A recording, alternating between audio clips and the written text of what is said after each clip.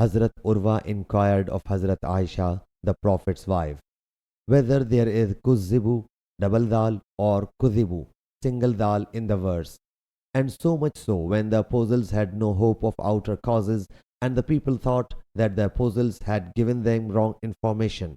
She said, with double dal, that means the people thought that the apostles had given them wrong information.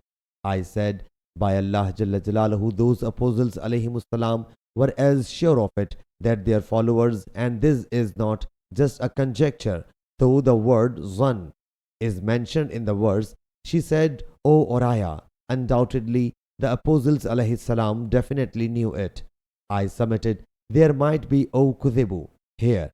She said, Allah Jalla Jalaluhu forbid, the apostles don't think such of their Lord. And this verse tells about the followers of the apostles alayhimus salam, who believe in their Lord and bear out the apostles alayhimus salam.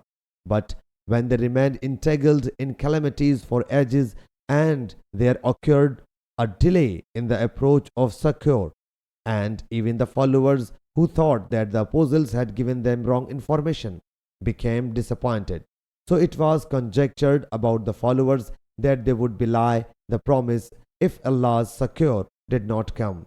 Imam Abu Abdullah Bukhari says, Ya'situ, astiya'su is from the head, minhu ifta'al. They became disappointed from Hazrat Yusuf, Joseph alayhi salam. La tayasu min ruhillah means have hope. Sahih Bukhari Hadith number 3389.